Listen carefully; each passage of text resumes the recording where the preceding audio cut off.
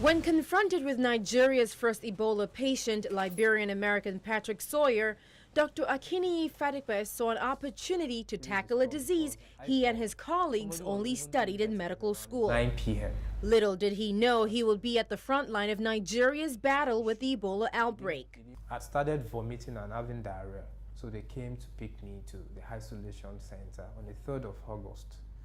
And from there, my colleagues, other people started joining me right there because almost everybody had contact with Patrick Sawyer. Nigeria's response to the virus was rapid. An emergency was declared, an operation center set up, and hotlines established for the public to call in cases. Contact tracing was key.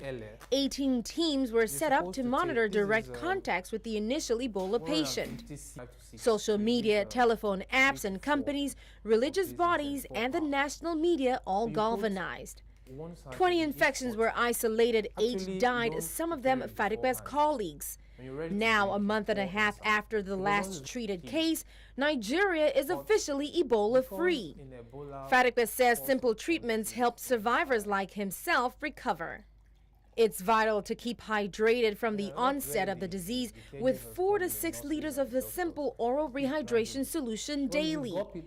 They kept drinking until their urine ran clear. You're also losing electrolytes in the body.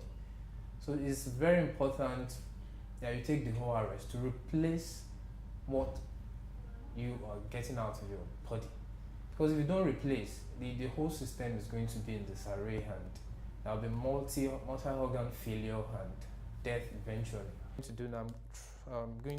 ORS is easy to make at home. All you need is clean water measured in 1.5 liter bottles and this ready-made formula. Mix.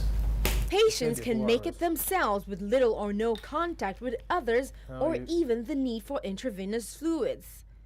Doctors say it's important to use this pre-packed and flavored formula as it contains potassium lost to diarrhea and vomiting. Take a look at Eating bananas helped one survivor. They warn against homemade sugar and salt solutions.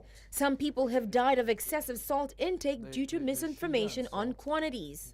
If you're now bathing yourself or drinking just salt, it's going to cause hypertension because the volume, the concentration of sodium in the blood fluid is going to increase. The WHO says the key thing to learn aside from the response and organization in Nigeria is the focus on ORS from the beginning.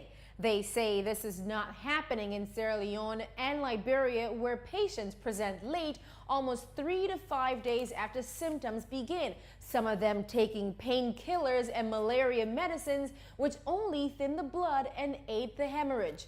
By then, dehydration from vomiting and diarrhea has also taken a toll. This is ORS. The message, rehydration through ORS saves lives, and this is why Nigeria has one of the highest survival rates in the world for Ebola at 60%. ORS, the WHO says, could be the game changer if done early and rolled out in the worst hit countries. But of concern, the cost. One packet is about $1. A patient needs 4 to get through the day, and many can't afford this. Aduria Chumba, Lagos. Potable water.